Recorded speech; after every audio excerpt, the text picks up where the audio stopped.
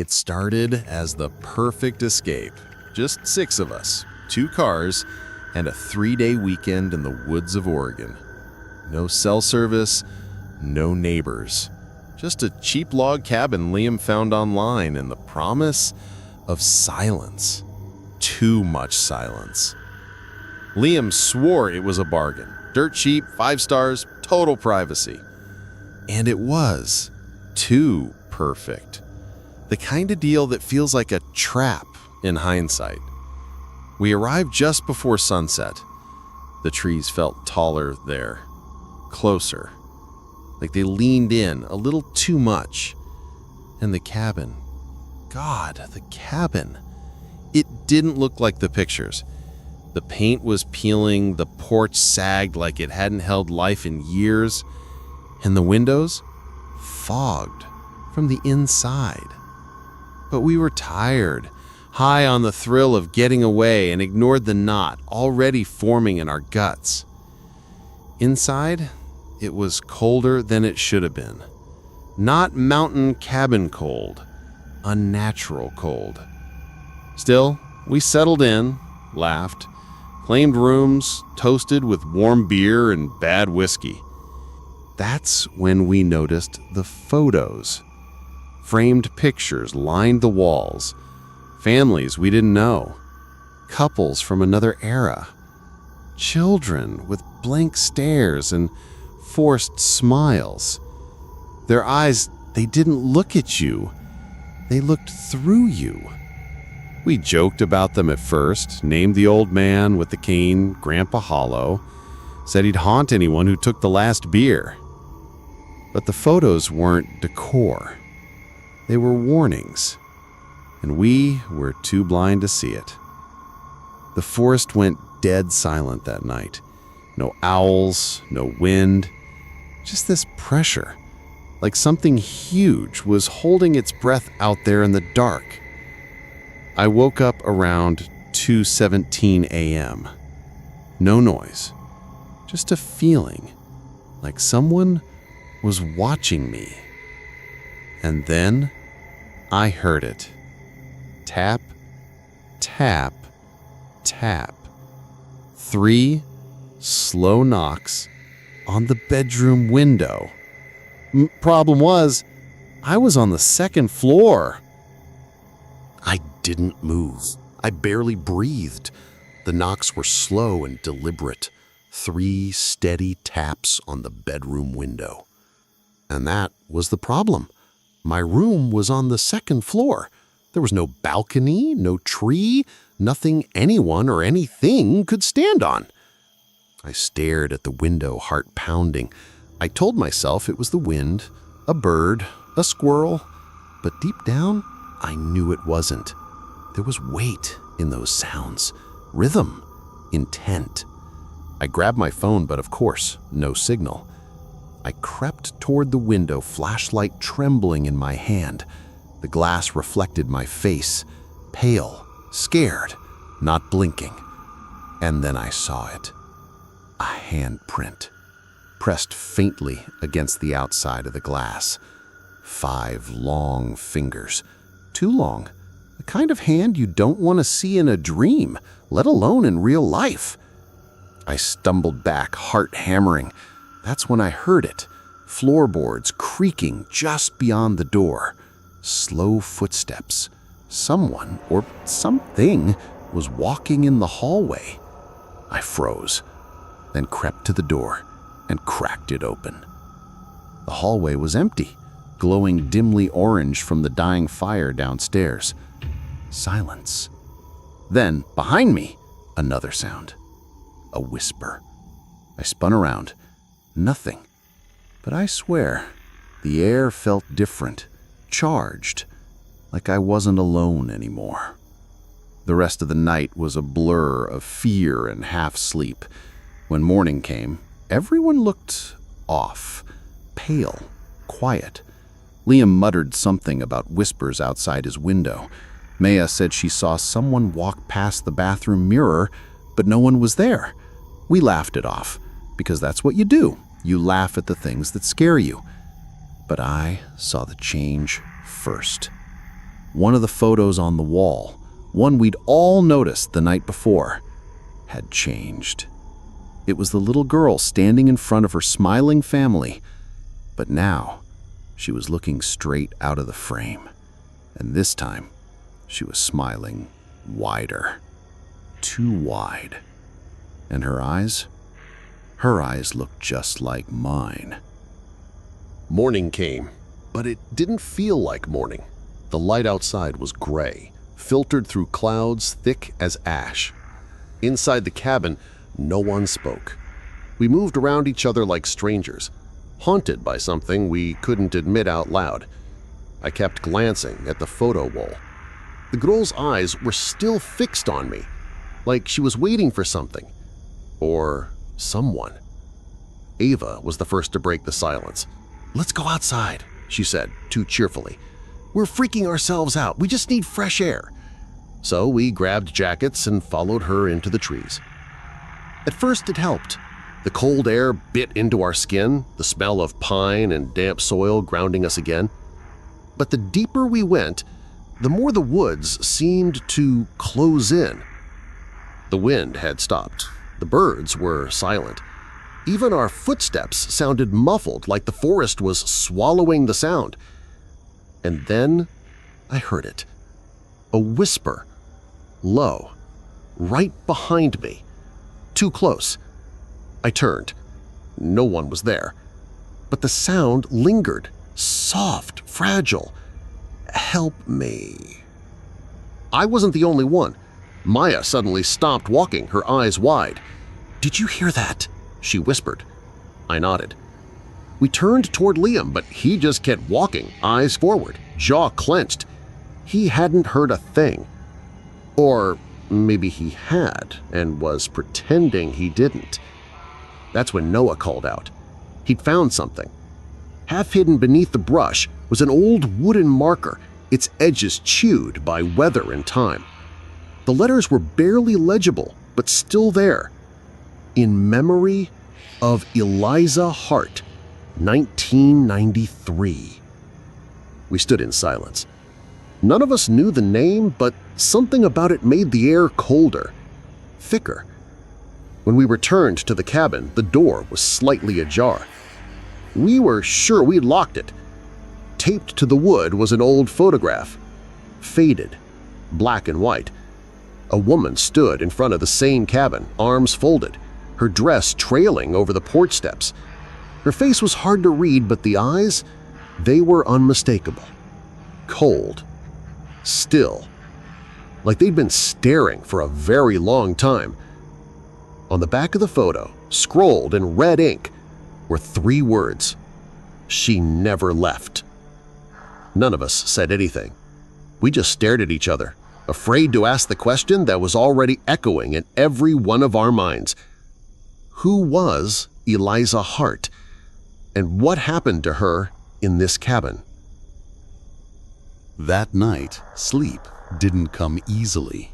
Every creak of the floor sounded like footsteps. Every shadow stretched too long, like it was watching us. I kept the photo close, flipping it over again and again. That woman, Eliza Hart, she was the key. But to what, I didn't know yet. Liam couldn't sit still. He kept pacing, muttering under his breath. "Something's wrong with this place," he said, voice low and raw. "Something happened here, something bad." Around midnight, Noah pulled out his laptop. The cabin didn't have Wi-Fi, but he downloaded some offline newspaper archives for a college project. He searched the name, Eliza Hart. The silence in the room turned suffocating as he read aloud. August 1993.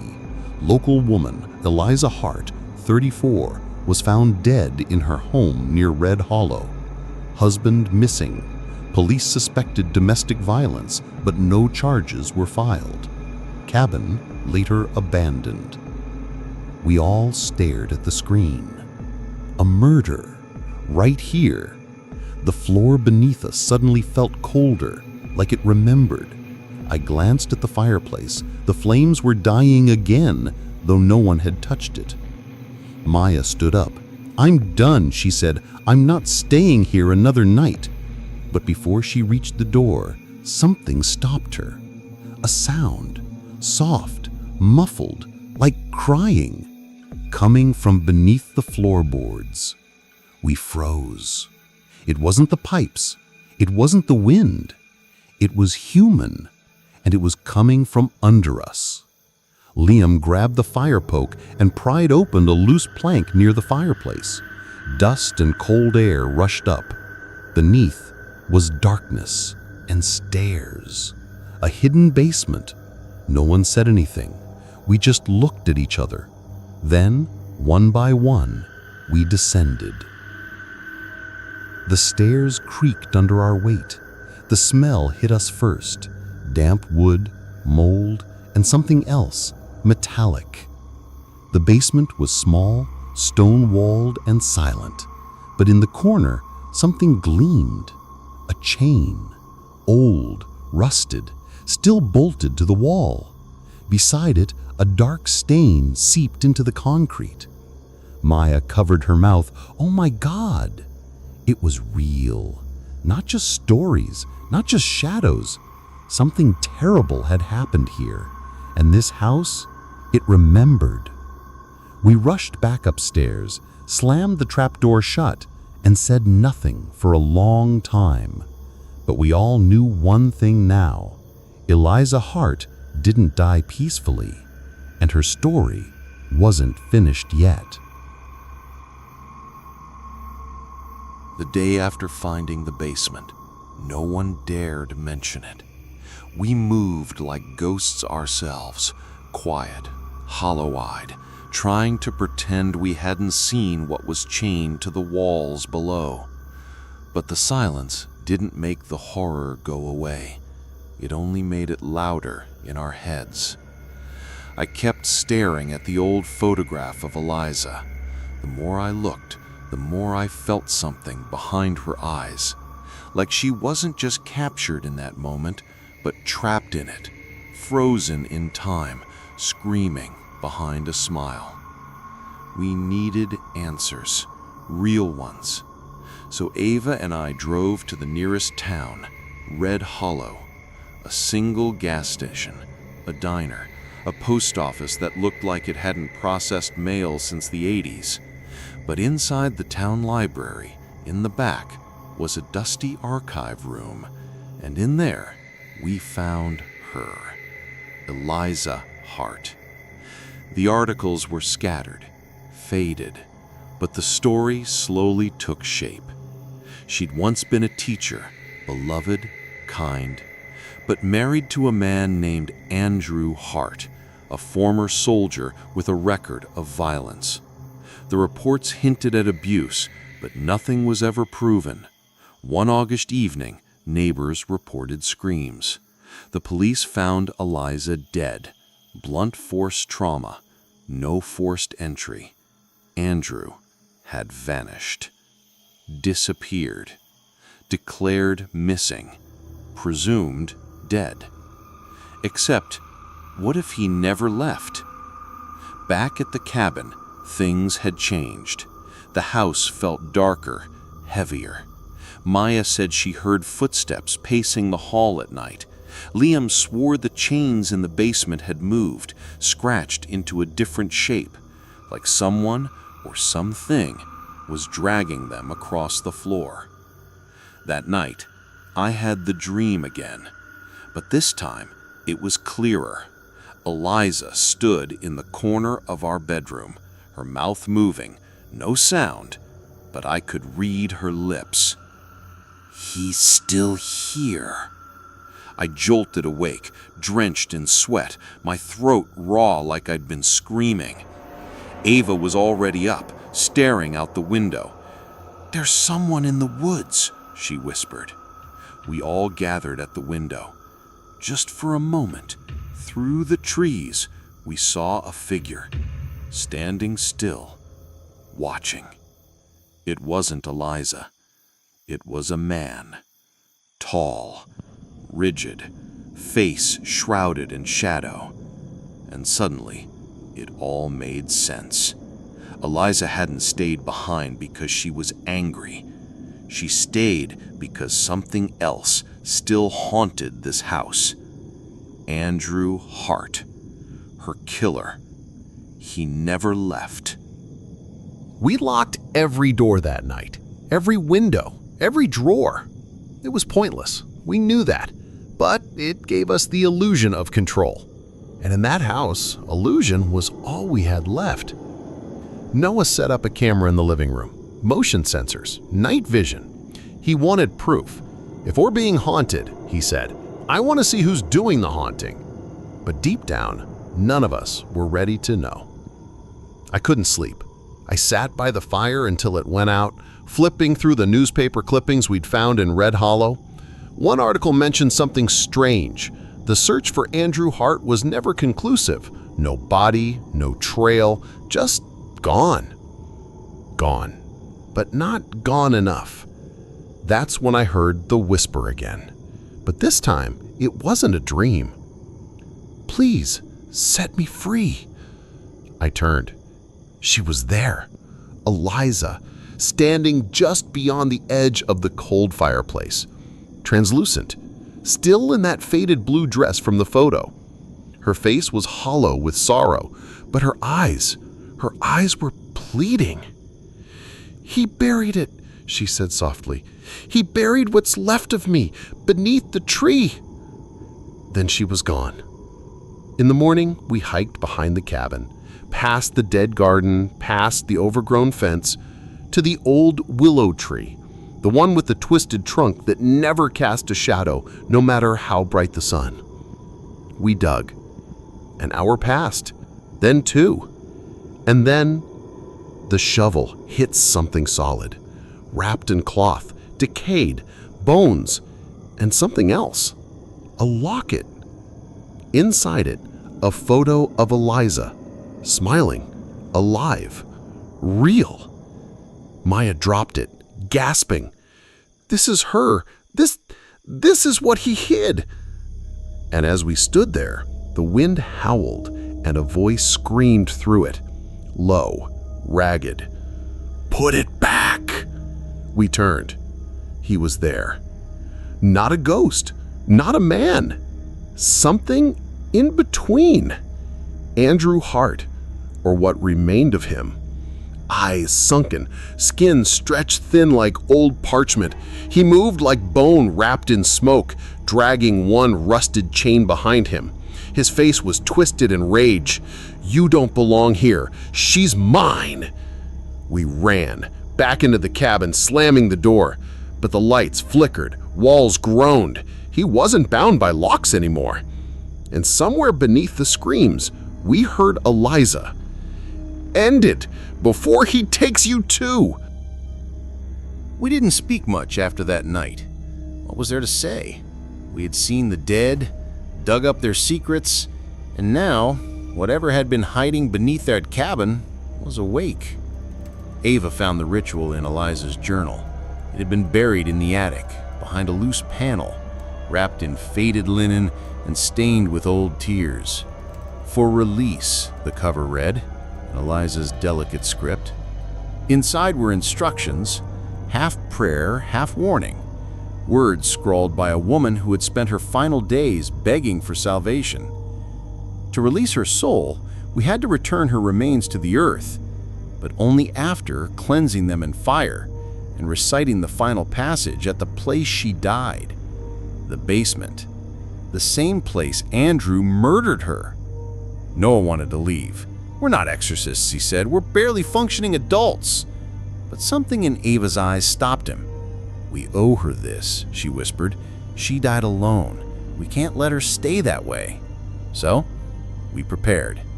That night, the house shifted, literally. Floorboards split. Walls bled tar. The air smelled of rot and rusted iron. But we pressed on, carrying the remains down the stairs into the dark belly of the house. As we reached the basement, the chains were already moving, rattling like angry snakes, coiling toward us.